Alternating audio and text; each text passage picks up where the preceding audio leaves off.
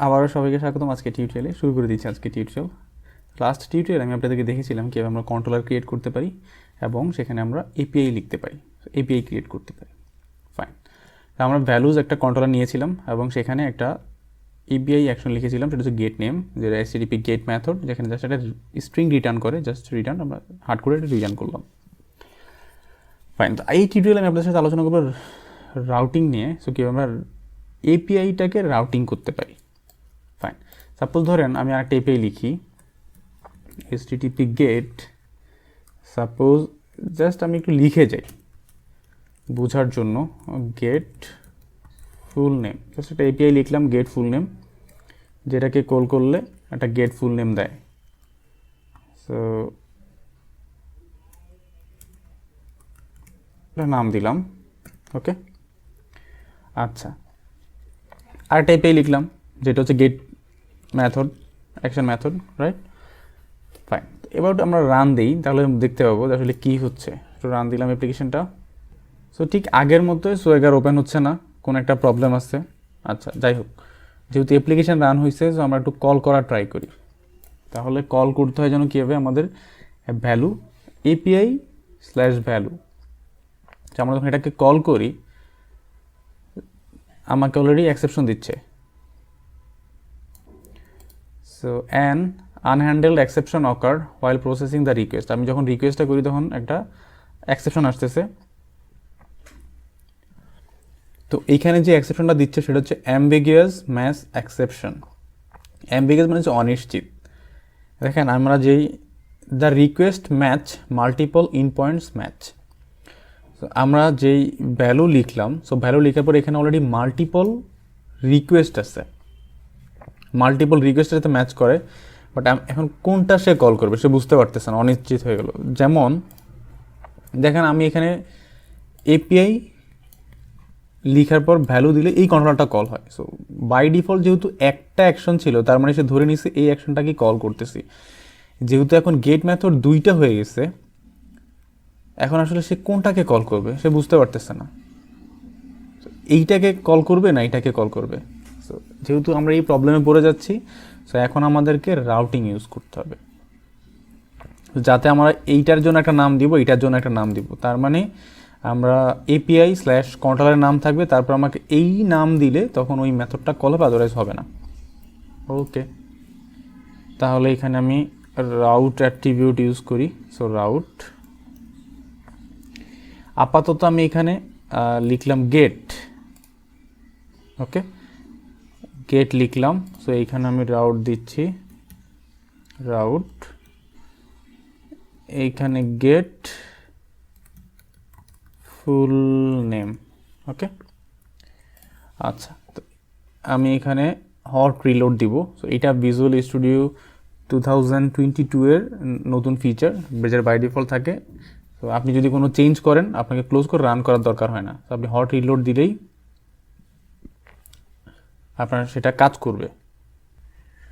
তো চেঞ্জ করে hot reload দিলে সে নতুন করে সেটা রান করবে, আপনাকে আর ক্লোজ করে রান করার দরকার হয় না। ফাইন, তো আবার আমি হট রিলোড দিলাম, রান হলো। তো এখন আমাদের কল করতে হবে কীভাবে, এপিআই দেন কন্ট্রোলারের নাম, তারপর হচ্ছে গেট দিলে গেট নেম কল হবে, গেট ফুল নেম দিলে এইটা কল হবে। ফাইন, তো আমি পোস্টম্যানে চলে আসলাম, এখানে get value, so slash get, so আমি যদি গেট দেই, গেট দিলে আমি পাচ্ছি টেস্ট, তার মানে আমি যখন গেট কল করতেছি এইটা কল হচ্ছে, ওকে।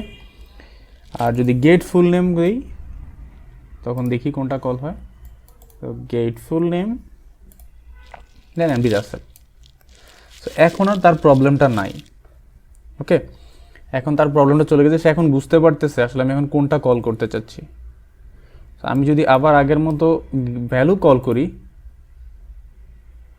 সে সেম এই নামে কোনো কিছুই পাচ্ছে না। ফাইন,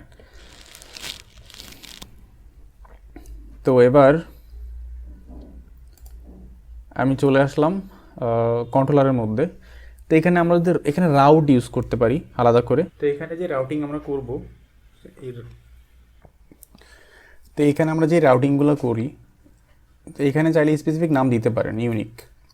তো এখানে যেমন গেট নেম, সো গেট নেমের পরিবর্তে আমি এখানে গেট ইউজ করলাম। আমরা চাইলে গেট নেমও ইউজ করতে পারতাম, প্রবলেম নাই। এখন এই রাউটটাকে আমি যদি বলি কখনো, আমি যেই নামটা দিচ্ছি সেই নামটাই আমি সেই নাম দিয়েই অ্যাক্সেস করতে চাই, আমার এপিআইটাকে কল করবো সেই নাম দিয়েই, সেই ক্ষেত্রে আপনারা যেটা করতে পারেন, এইখানে কোনো নাম না দিয়ে থার্ড ব্র্যাকেট দিব। সো থার্ড ব্র্যাকেটের মধ্যে আমি লিখে দিব অ্যাকশন। তার মানে হচ্ছে এইটার যেই অ্যাকশনের যেই নামটা, সেই নামটা দিয়েই আমি আসলে রাউট করতে চাচ্ছি, সেই নাম দিয়ে আমি কল করতে চাই। আমি অ্যাপ্লিকেশন রান দিলাম, ফাইন, সো এবার চলে আসলো। সো দেখেন এখন সে API values slash get name, তার মানে যেই আমার এপিআইটা তার নামটা দিয়েই রাউট করতেছে। আমি যখন এটা কল করব অবশ্যই তার নাম দিয়ে সাথে কল করতে হবে, গেট নেম। আমরা একটু আগে আমরা গেট দিয়ে কল করতে পারতেছিলাম, এখন আমরা দিয়ে দিব গেট নেম, তার মানে হচ্ছে আমাদের যে অ্যাকশনের নামটা সেই নাম দিয়ে টেস্ট পাচ্ছি। ওকে, তো আমরা এই অ্যাকশনটাকে চাইলে আমরা নাম দিয়ে দিতে পারি, নিজেদের মতো করে লিখতে পারি, এটাকে আমরা কি দিয়ে অ্যাক্সেস করতে চাই সেটা আমরা লিখে দিব এখানে, অথবা যদি এই সেম নাম দিয়েই করতে চাই তখন আমরা অ্যাকশন লিখে দিব, দ্যাটস ইট। ওকে, তো এই রাউটিং করার আরেকটা উপায় আছে, প্রত্যেকটা অ্যাকশনে অথবা প্রত্যেকটা এপিআইতে আপনি রাউটিং যদি না লিখেন তাও আপনি কাজটা করতে পারবেন খুব ইজিলি। তাহলে আমরা সেটা কীভাবে করব,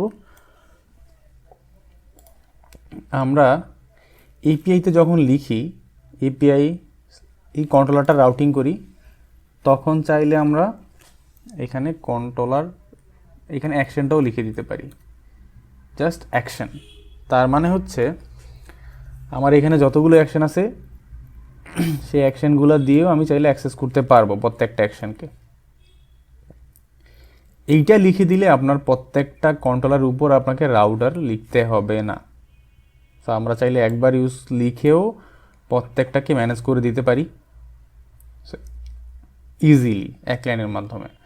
আমি যদি আবার অ্যাপ্লিকেশনটা রান দিই, দেখেন একদম সেম থিং, আমরা এক লাইনে একটা রাউট দিয়েই পুরো কন্ট্রোলারটাকেই ম্যানেজ করতে পারতেছি। এখানে আমরা গেট ফুল নেম দেখতে পাচ্ছি, তো সেমভাবে অবশ্যই কল হবে। আমরা গেট ফুল নেমে এক্সিকিউট করলে ওই ইউআরএলেই সে এক্সিকিউট করতেছে। ওকে ফ্রেন্ডস, আমরা দেখলাম আসলে কীভাবে আপনার এপিআইগুলো রাউটিং করতে পারেন, তো কীভাবে রাউটিং করা যায় সেটা নিয়ে আলোচনা করলাম। তো পরবর্তীতে আমরা অন্য কোনো টপিক নিয়ে আপনাদের সামনে হাজির হবো। সে পর্যন্ত ভালো থাকবেন, সাথেই থাকবেন। আল্লাহ হাফেজ।